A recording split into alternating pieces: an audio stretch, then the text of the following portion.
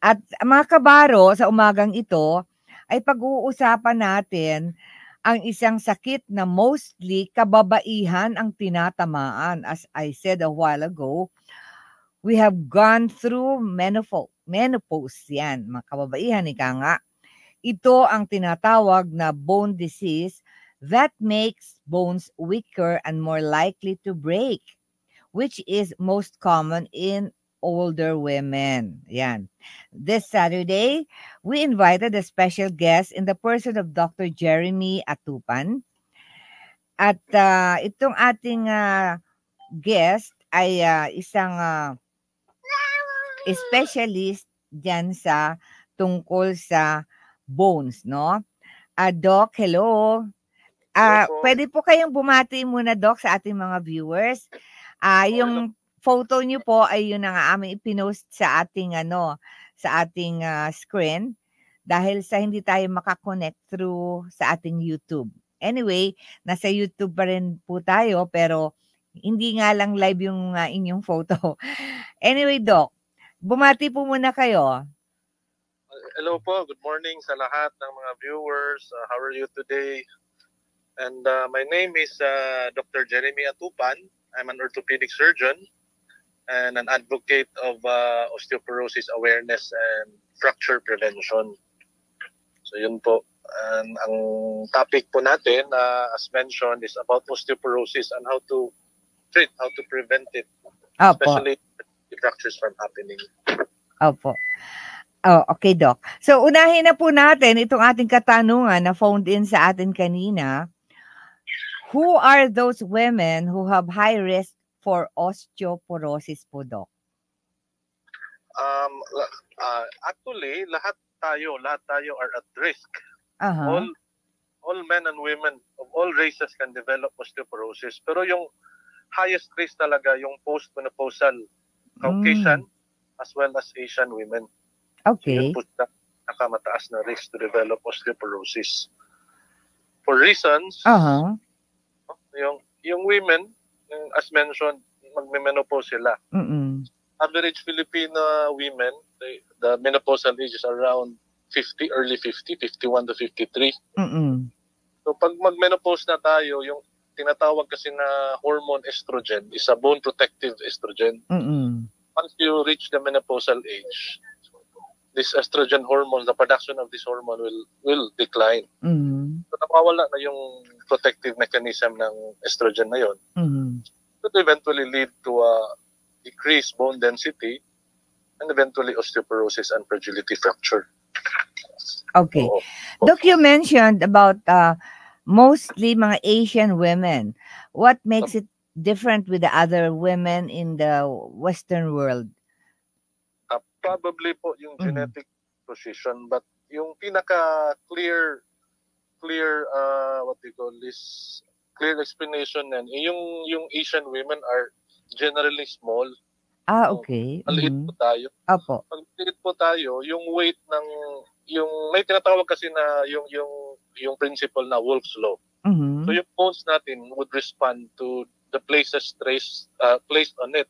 Apo. So kung nag-exercise po kayo, kung mabigat kayo, yung bones natin will become stronger correspondingly. Okay. Apo. And women, medyo maliit tayo. Yung general average body weight are on a lower side. At the same time, yung peak bone mass ng mga Filipina women will occur at early age. So after that, nagdidikit na po na diretso. So kaya to develop osteoporosis. Ayun. Opo. Pero Doc, parang parang mas prone ang women, no, sa osteoporosis. Ano po ang dahilan? Yung reason na minention ko po, on the average, yung women are smaller than men. Opo. Na yung lower peak bone mass nila, yung onset ng lower peak bone mass nila, maaga po dumarating. So after ng peak bone mass, yun yung nagde-decline na right away. And in general din, yung women will live longer than men. So yung significance niyan. Age is an absolute risk factor for incurring an osteoporotic fracture. So pag advance na yung age natin, yung physiological changes, mag-deteriorate yung health function natin. Opo. So, as well as our bone growth and bone remodeling status. Opo. So, reason mentioned earlier is yung estrogen also. Opo.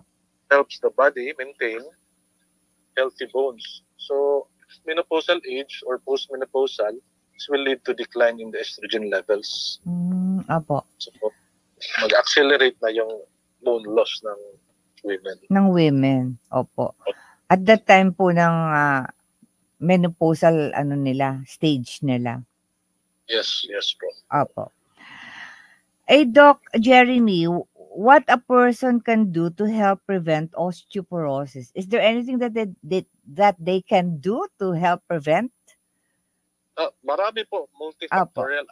So, I think the most important question, the most important inquiry is we have to be self-conscious. We have to be self-aware of what is osteoporosis. Ano po yung osteoporosis? Opo. Meron pa tayong risk factor niyan. As mentioned, Asian, Caucasian white. Meron po ba kayong family history? So once you are equipped with that knowledge, alam na kung kailan, anong gagawin natin. Magpa-screen ba tayo? Kasi kung magpa-screen tayo, mayroon po kasing tinatawag na osteopenia. Bone status mo na hindi pa siya osteoporosis. Going to osteoporosis pa. So, once we catch that status of osteopenia, meron po tayong magagawa to prevent it. So, besides awareness, meron din tayong mga lifestyle modification. So, if you're fond of drinking alcohol, maybe it's time to limit or maybe stop alcohol consumption kasi alam natin yung alcohol, it interferes with the bone homeostasis. Also, smoking, yan, definite, talaga yan, yung smoking din, it's a fact that it will limit calcium absorption in our body as well as bone formation. So, it's a fact na hindi lang yan sa lungs, sa cardiovascular system, kundi sa bone health. Even sa bones, meron din bad effect ang smoking po, Doc. Definitely po. Definitely. So yung would you advise, Doc, na yung mga nag-i-smoke na hindi, yung hindi nila mapigilan na magsigarilyo talaga, must take more calcium? Opo, aside from kung pwede i-reduce yung smoking habit. Opo. Babawi naman sila sa exercises, strength training activities. Other than that, you can also have a healthy diet. Yung mga pagkain na rich in calcium, Opo. vitamin D, po ito? It includes fresh fruit, vegetables, mga dairy products. Opo. Doc. Simple na method na to prevent osteoporosis is absorb enough vitamin D through sunlight exposure. Okay. Opo. Opo. Free morning. Free vitamins po yung sunlight. Opo. Vitamin D. Yun yung nagpa-partner ng calcium. Opo. Absorb yung calcium natin in our body. Opo. Doc, ano po magagawa ng tao para ma-avoid niya yung mga falls and injuries? Kasi po ito rin yata parang nagti-trigger din ng osteoporosis, yung may mga bali. Opo. Actually, yung falls actually are a leading cause of injury and hospital admissions among elderly. Opo. So, a good question. Kasi yung osteoporosis per se, hindi naman siya, although concerned siya, pero ang problema talaga, pag mag-develop yung pasyente na may osteoporosis, mapag-develop siya ng osteoporotic fracture or the so-called fragility fracture. Opo. Ito talaga ang morbid and it will cause a percentage of mortality to the population with osteoporosis. So, again, as mentioned po, as we age, may physical changes sa atin. Umihina na as well as our health conditions. No? And kadalasan ng mga elderlies, may mga medications na maintenance nila sa hypertension, sa diabetes. contributory din yan sa nahihilo sila eh. So, opo. So there are few tips to probably prevent falls. No? Apo. So if you are at risk of it, then napapansin mo na parati ka nadudulas. Nadadapa.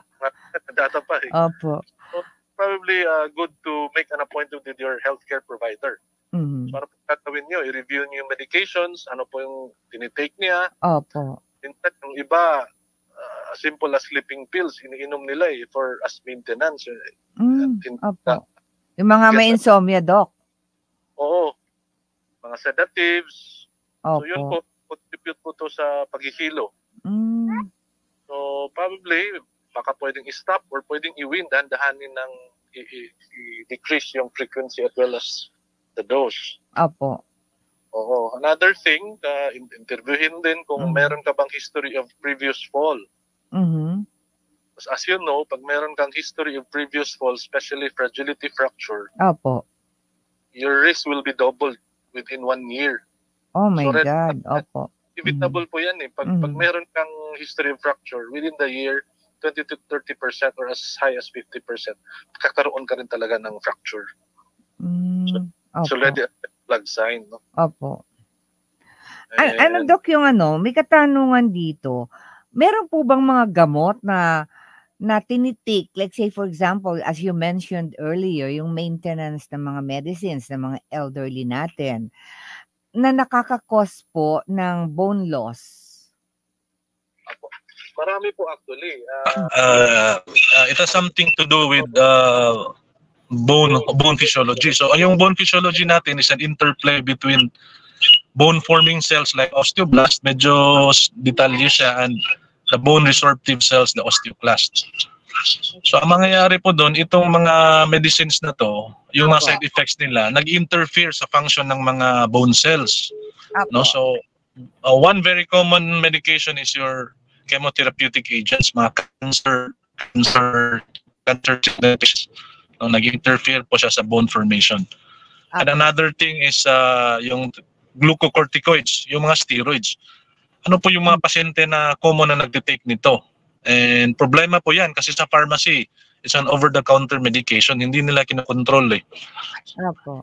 So yung mga pasyente na may arthritis, na chronic, na long-standing, they tend to take these medications, the steroids. So yung effect nito, marami po besides the other like the kidney, the liver, yung bone health din natin. Nagre-reduce talaga yung bone density, so they are prone to develop not just osteoporosis but fragility fracture. So ano pong gagawin ito, Doc? Ililesen lamang nila ang doses nitong mga medicines that they're taking or what? Ililesen po kung kailangan, no? I-reduce kung hindi tayo maka-afford itigil. Or you can supplement it with a healthy diet and medications for osteoporosis talaga. Opo. Another question, Doc, that we have for you. How much calcium and vitamin D do a person need each day?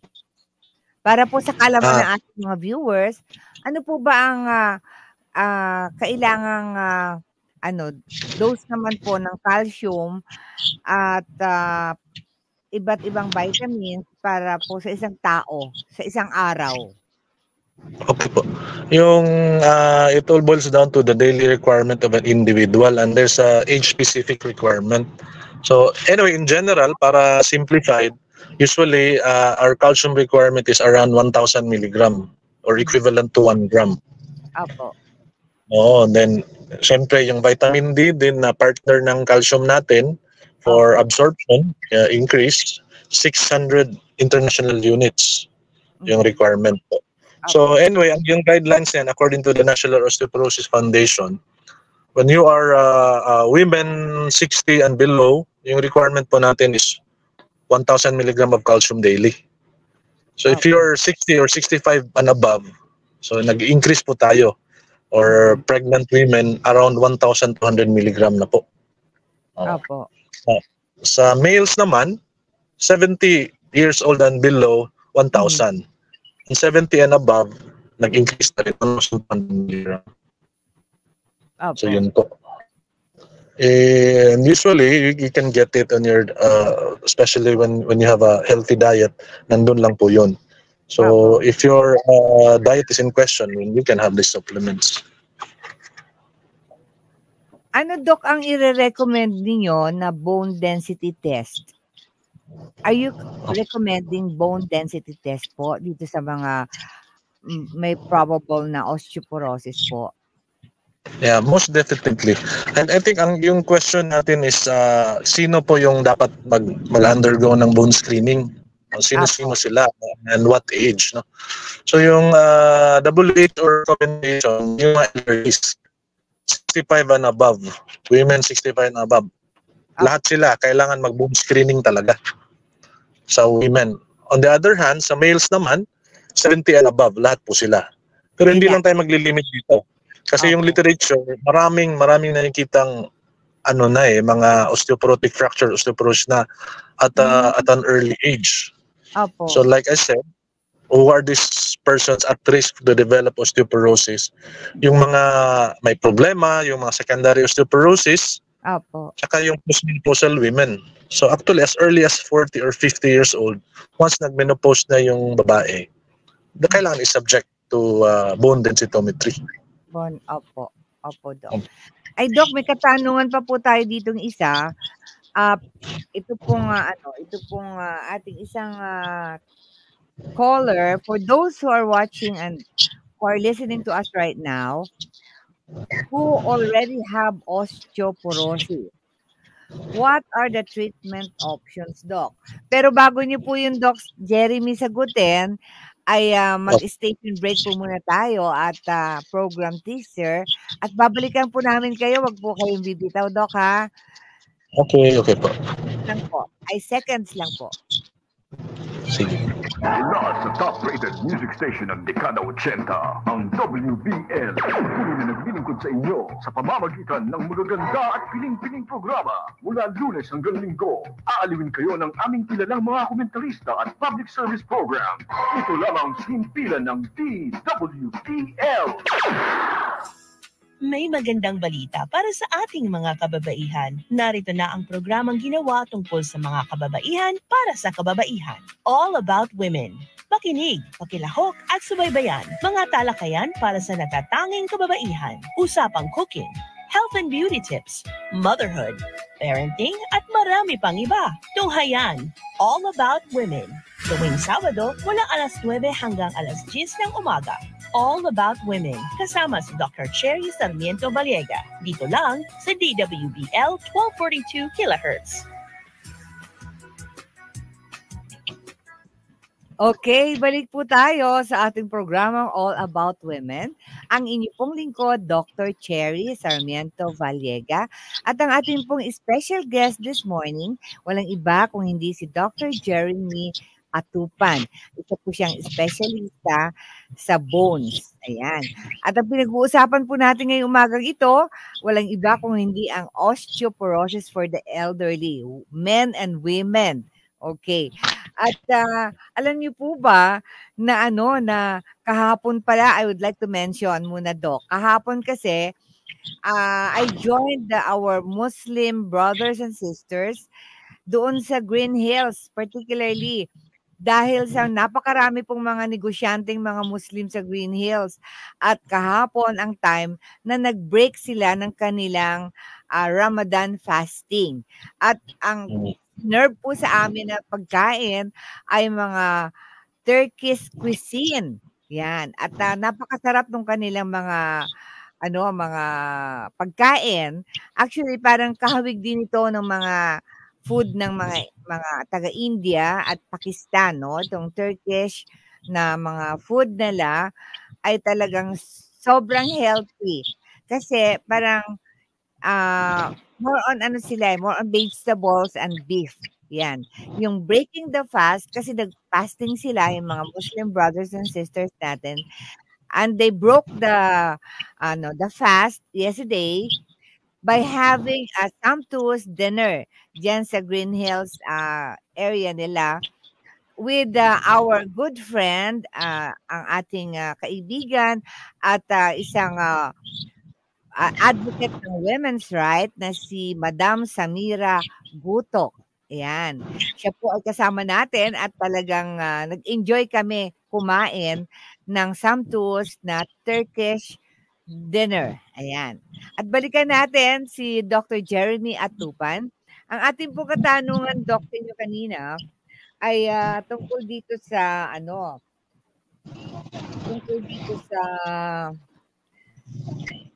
for those who are already having pain in having an osteoporosis, meron po ba silang treatment options, Doc?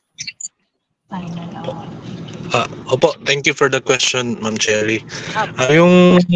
So we mentioned about bone screening. So yung bone screening, yun pong sabi kung meron normal po ba yung bone status natin, yung bone health. Opo. May osteoporosis po ba? Or yung pre-osteoporosis, which is osteopenia.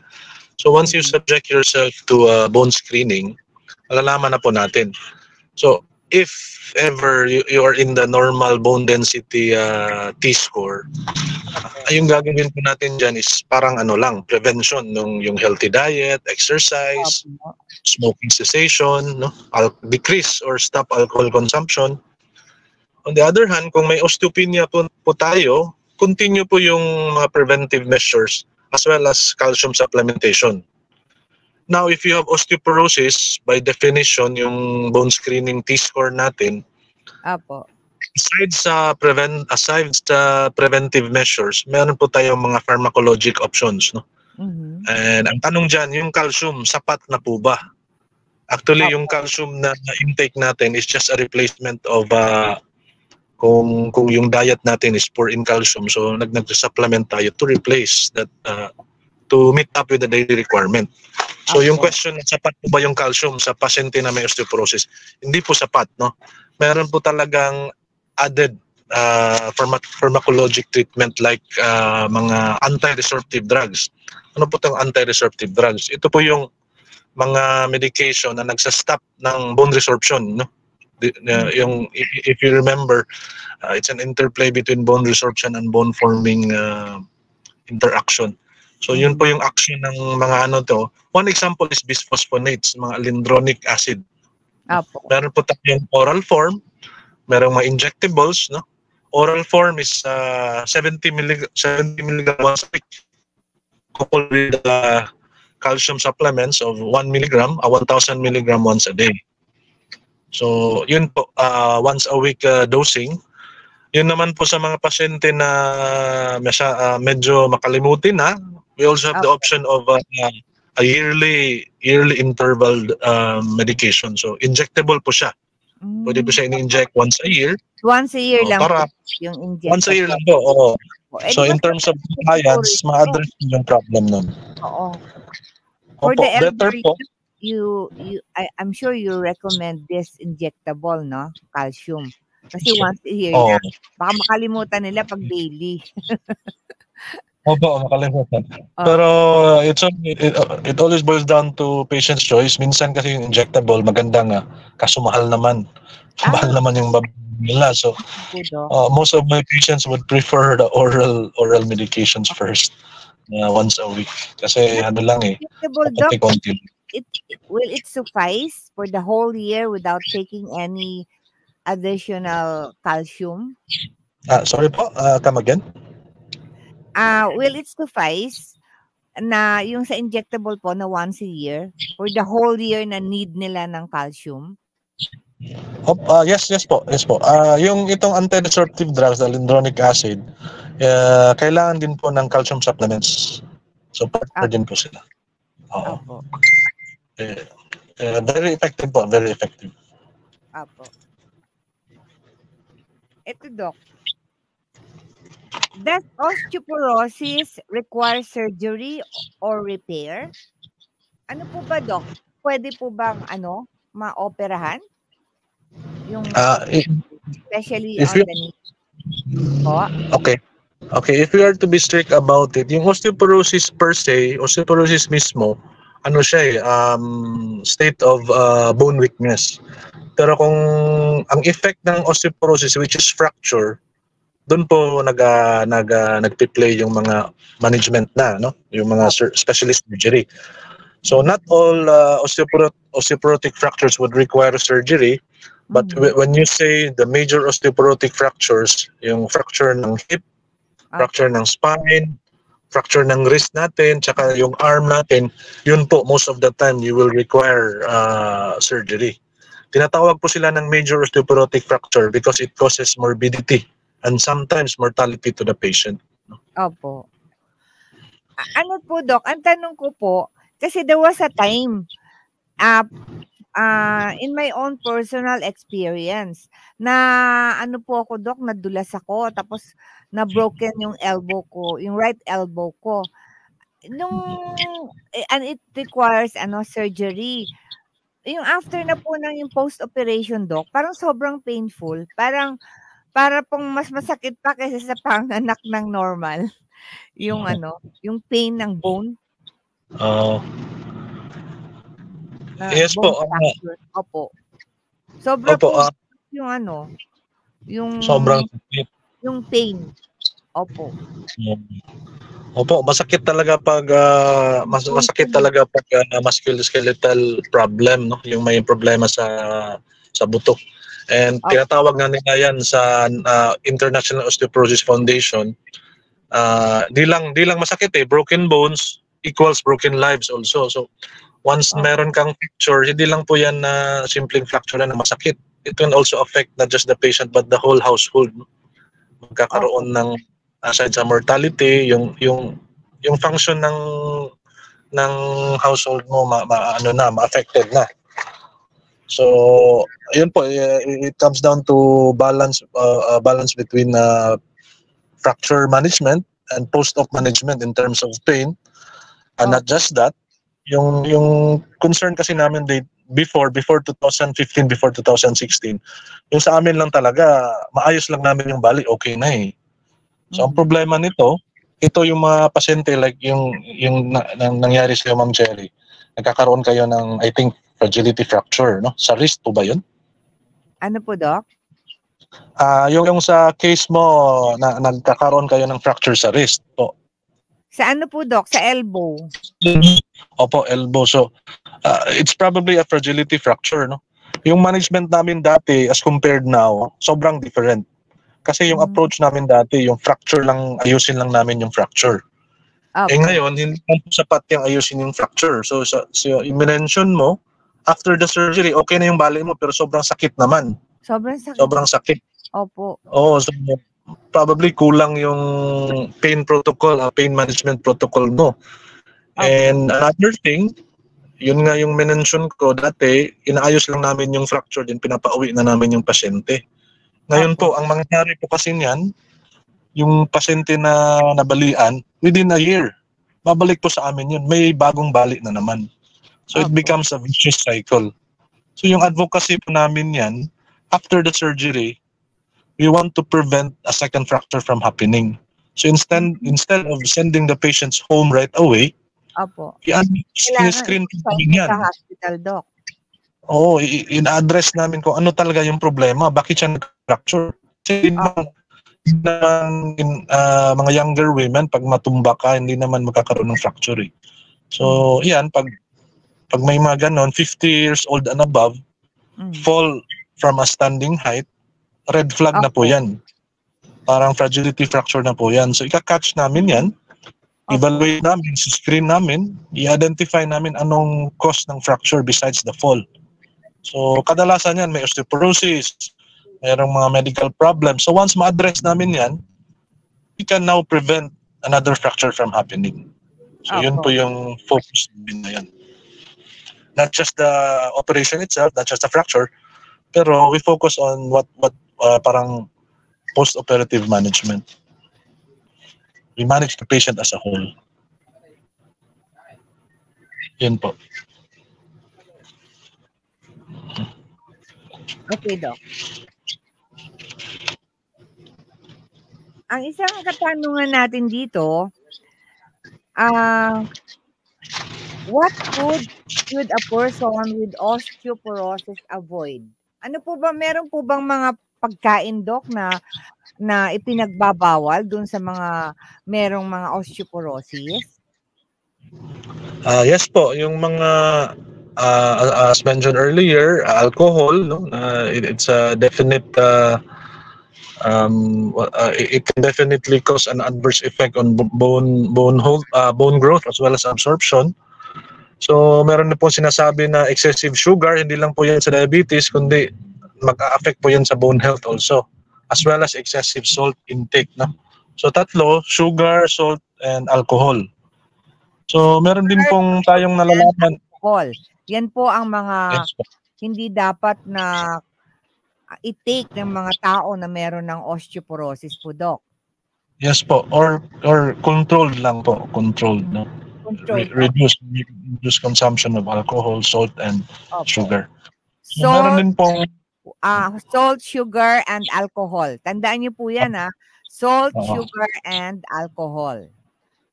Yan po ang mga bawasan po. If not, eliminate nyo na po yung pagkain ng merong mga sugar, alcohol, at saka asin. Yes po, yes. Opo. Yes.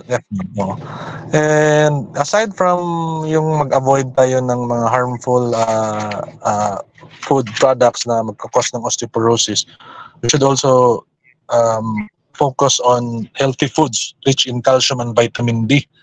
So ano po ito? Yung mga dairy products, milk, cheese, no?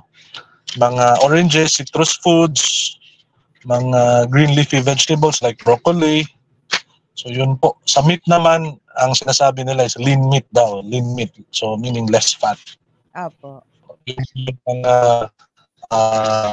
mga diet na nagpo-promote ng nag-avoid ng osteoporosis. Apo. Dok, maitanong ko lamang kung ang pagkain ng pag-take ng food na rather medicine tsaka food na rich in calcium, will it not affect naman yung stone formation sa kidneys ng merong osteoporosis?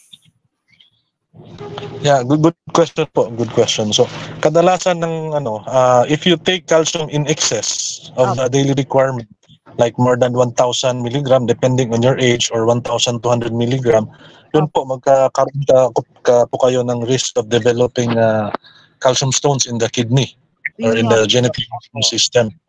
Opo. So, number one din po, yung tama lang, yung daily requirement lang. Yung iba kasi dinodouble nila kasi akala nila ma-address yung osteoporosis. So, meron na po yung rebound effect, no? And another thing is we would also want to find out if may family history po ba kayo na may mga calcium stones sa kidney. So kung may mga ganyan, probably you want to shy away with calcium supplements as well. So yun po important. Apo. Ito, Doc. Ano po naman po, Doc, ang mga foods that you will recommend for persons with osteoporosis? May mga particular din po ba mga pagkain na dapat nilang kainin para po sa kanilang sa mga tao po na merong osteoporosis? Yes po, most of this food that are rich in calcium, vitamin D, hindi lang po yan, vitamin K and zinc, no? So as mentioned earlier, ito po yung mga green leafy vegetables like broccoli, and marami pang sinasabing iba na hindi ako familiar. So, yung alam ko lang yung broccoli and dairy products, milk and cheese. And sa meat naman, lean meat po daw, no? So, what are these? Skinless chicken, avoid red meat daw. So, if you can't help it, mga pork chop, you just have to scrape off the fat. And sa mga chicken naman, tanggalin mo yung skin, no? Yung chicken skin. Yung fatty portion po ng pork chop, yung lean lang. Opo. Yung masarap na part, tanggalin po yun. Opo. So sa mga fruits po, Doc, meron po bang meron kayong ire-recommend para sa mga may osteoporosis in terms po sa pagkain nila ng mga prutas? Ano po ba mga prutas ang ideal po para sa may mga sakit na osteoporosis? Mga citrus fruits po. Citrus fruits, oranges, and so forth. Apo, more on citrus po, Doc. Apo. Sa vegetables naman, yung mga figs, broccoli. Yan po. Apo. Ano, Doc? What are conditions that could causing the symptoms of osteoporosis? Ano po yung symptoms nila? Ano po yung symptoms, you mean? What conditions po daw, Doc? That will be causing the symptoms. Ano conditions po ba yung mararamdaman nila or something na nakaka-cause ng symptoms ng osteoporosis po? So, dalawa yung question, Ma'am Cherry. Ano po yung condition na mag-cause? And number 2 is ano po yung symptoms? Ganun po ba? So first, ano po yung conditions? Ito po yung tinatawag natin na secondary osteoporosis. Kasi yung mention kanina na ang type 1 po kasi, ang primary osteoporosis are the postmenopausal women and patients with advanced age, yung senile osteoporosis. Ito po yung primary. Yung sinasabi na po, may conditions po ba na nagkakos ng osteoporosis? Ito po yung secondary osteoporosis, which is actually very common in men. So, yung primary naman in women, ngayon, ang secondary, men naman, So, marami po. Marami, like example, mga endocrine problems, like diabetes, no? So, it has something to do with the interference na naman sa interplay between osteoblast and osteoclast functions. Other mga inflammatory conditions like rheumatoid arthritis, meron din po, no? So, ano pa, neuromuscular problems like cerebral palsy, mga stroke patients. So, it has something to do with disuse, yung sedentary yung lifestyle nila, bedridden sila, hindi po sila gumagalaw ng maayos. So, yun po yung mga conditions na mag-cause ng osteoporosis and under the category of secondary osteoporosis. Now, for the second question, ano po yung symptoms, no? By definition, paano malalaman na may osteoporosis na po pala sila? Okay.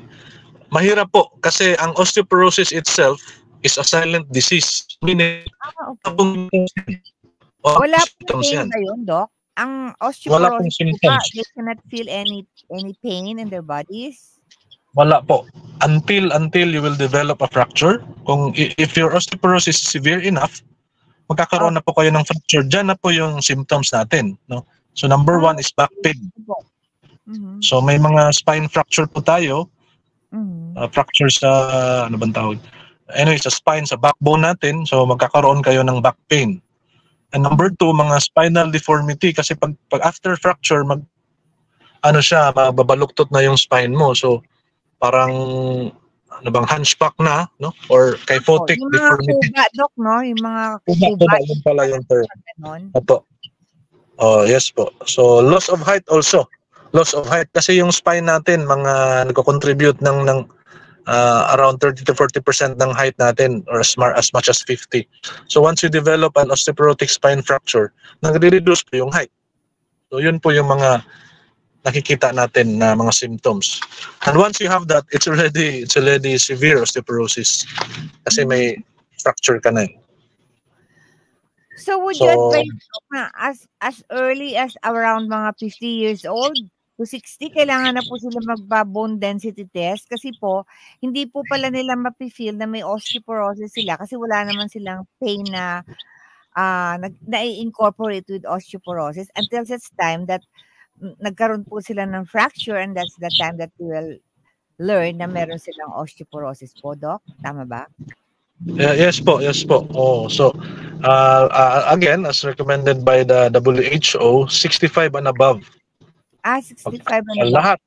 Lahat magpa-bone screening or 70 and above in males. Pero po, yung mention mo, as early as 40 or 50, especially kung nag-menopausal ka na. So, average women, early 50s po, di ba, yung menopausal age. Meron pong iba, as early as 40, nagme-menopause na eh. Or yung iba naman, surgical, anong tawag niyan, yung tinatanggal yung ano nila, yung uterus nila, hysterectomy. So, yun po, surgical menopause po yan. At risk for osteoporosis po yan. So, necessarily na below 50 po, kung nagkaroon naman siya ng surgical na operation sa uterus niya po, Dok, kailangan na rin magpa-bone test. Yes po. Kasi most definitely, they will develop osteoporosis at an early age also. Opo. So, kailangan na magpa-bone test. So, again, 65 and above for women, and as early as 40 or 50 depending on your risk, no? Kung meron po kayong mga risk na as mentioned earlier. Opo. Ano, Doc, isang katanungan pa po na meron kami sa iyo ay what is a T-score and what does it mean? Ano po ba, Doc, yung T-score? Okay. Yung T-score po, test or this is another one? Bone density test po yan. Bone density test. Ito rin yun. Yung Opo, T-score. Yes po. Ano po bang scoring ginagawa? Curious lang ako. Pag binubone test po, meron po bang gadget na ginagamit or instrument, medical instrument, or parang may nakikita ko, diba, parang pinupukpok lang yun, no? Yung tuhod. Yun ba yun? Iba naman. Iba po yan. Yung bone densitometry test, tinatawag po yan ng DEXA. Yung dual energy X-ray absorptiometry. So X-ray po rin yan. Depende po yan saan inilagay, no? May dalawang klase, yung central DEXA at saka yung peripheral DEXA. Yung central DEXA, meaning ang minimeasure na bone yung nasa center mo, yung sa spine, sa hips. So yun yung pinaka-accurate na magda-diagnose ng osteoporosis. On the other hand, yung peripheral DEXA, ang i-x-ray po niyan yung mga peripheral, yung mga outer body parts like the wrist. So hindi po siya ganun ka-accurate pero very feasible kasi mura lang and available halos sa mga provinces. So both of them are effective in diagnosing osteoporosis. So now let's go to the T-scoring. Yung T-scoring, way of scoring po yan na how much bone density you have. So kino-compare po yan yung density, bone density mo sa younger individuals of the same gender. Apo. So if magsasabi, parang graph po yan, Ma'am Sherry, no? So yung sa middle is 0. Above 0 is +1. And below the baseline, 0 is -1. So pag sinasubject po kayo ng bone screening, bone densitometry, kung yung score mo is above -1 or above +1, yun po yung normal. Normal bone normal bone density kayo. Opo. Now, if your bone score is pababa, -1, between -1 to -2.5, nasa baba po kayo ng baseline 0, yun na po yung osteopenia. So weak bones po kayo, no? Risk of developing fracture. So pag ang T-score mo is below pa talaga ng -2.5, yun na po yung WHO definition of osteoporosis. Okay. So you have high risk of developing fragility fracture. Yun po yung significance ng T-scoring. Opo. Dok, itanong ko lang po, yung pong bang may mga edad na fracture, say for example, at the age of mga 70 na, ganon, kasi pag yung napa-fracture po yung mga medyo mabata-bata pa, sabi nila, ay, ano yan, okay yan, kasi magdudugtong pa yung, yung bones niyan. Pero pag may edad na, Dok, sasabihin nila, ay nako, matagal yan. Ilang buwan yan bago ma-heal at saka baka hindi na yan magdugtong. Ano po ba ang katotohanan, Dok? Sa edad po ba yon na kung halimbawa fracture can easily be healed, or yung may edad na medyo matagal daw po yung healing process? Totoo po yan. So, kung ako pagpipiliin, mag-opera ako sa bata o sa matanda, mag-opera talaga ako sa bata kasi madaling operahan, madaling i-handle yung fracture, tsaka they will heal fast. Opo. So on the other hand, sa elderly, mahirap kasi hindi lang atypical yung fracture nila. Atypical meaning hindi siya conventional, mga durog na durog, mahirap i-fix. Opo. Tsaka at the same time, after the surgery, mahirap sila, yung instruction nila, mahirap mag-follow ng instruction. At the same time, yung mention mo na healing nila is also compromised, especially osteoporosis. But again, we got to choose our patients, and kahit bata or matanda, kailangan po talaga i-address yung problems nila. So we just have to deal with their unique problems. So totoo po, mahirap po yung elderly sa challenge courts. Ang last question po namin sa inyo, Doc, is osteoporosis curable? Pag nagkaroon ng osteoporosis, curable na po ba ito? Yes po. I hope I can say yes to the question, but unfortunately, hindi po siya curable. Once the osteoporosis sets in, it's already irreversible. Parang package po yan. Parang tinatanong mo ako na, Doc, meron po bang way na ma-prevent yung pagiging matanda natin? So, lahat tayo alam po yung paano sagutin yan. So, hindi po talaga ma-cure yung osteoporosis. Pero, let's not stop to that. Meron po tayong magagawa to prevent its progression. What's important, yung kinatakutan natin yung osteoporotic fracture, yung fragility fracture. Meron tayong magagawa to prevent it, no? So, as an advocate of the fracture liaison service, yung ginagawa namin, no, orthopedic surgeon po kami, no? So, hindi kami frontliner. Yung frontliner, yung mga endocrinologists, mga internal medicine, sila po yung in charge sa primary prevention. Ano po yung primary prevention? Yung we want to prevent osteoporosis from happening. So, di ba, alam natin yung prevention is the best cure, no? Better than cure. Opo. So, ang tawag nito, gusto natin i-prevent yung osteoporosis from happening. Ang question yan, effective po ba? Effective masyado pag nakakatch mo yung pasyente. Kaso yung problema natin, hindi sila pupunta sa atin to screen themselves. Opo. So, nangyayari dyan, nagkakaroon sila ng fracture. Much as we would like to ask more questions from you, medyo naubusan po tayo ng oras because we only have 1 hour program on YouTube and radio. Pwede pa po ba natin na schedule ulit ang part 2? Kasi marami pong interesado dito sa ating topic na osteoporosis, Doc. Okay po. Okay, no problem. Opo. I know that you're very busy, Doc, pero talagang pinagbigyan mo ako sa kakapilit ko sa iyo na kahit may medical mission ka ngayon, ay isisingit mo talaga itong iyong interview. Thank you very much, Dr. Jeremy Atupan, for having you in our program. At napakalaking bagay po na kayo ay guest namin at marami ang natuto tungkol sa osteoporosis. Maraming salamat po ang inyong lingkod, Dr. Cherry Sarmiento Vallega, para po sa ating programang All About Women. At dito nagtatapos ang isa na namang usapang pangkababaihan kasama si Dr. Cherry Sarmiento Vallega, All About Women. Tunghayaan ang muli nating pagsasama-sama sa susunod na Sabado, alas 9 hanggang alas 10 ng umaga. All About Women, dito lamang sa DWBL 1242 kHz.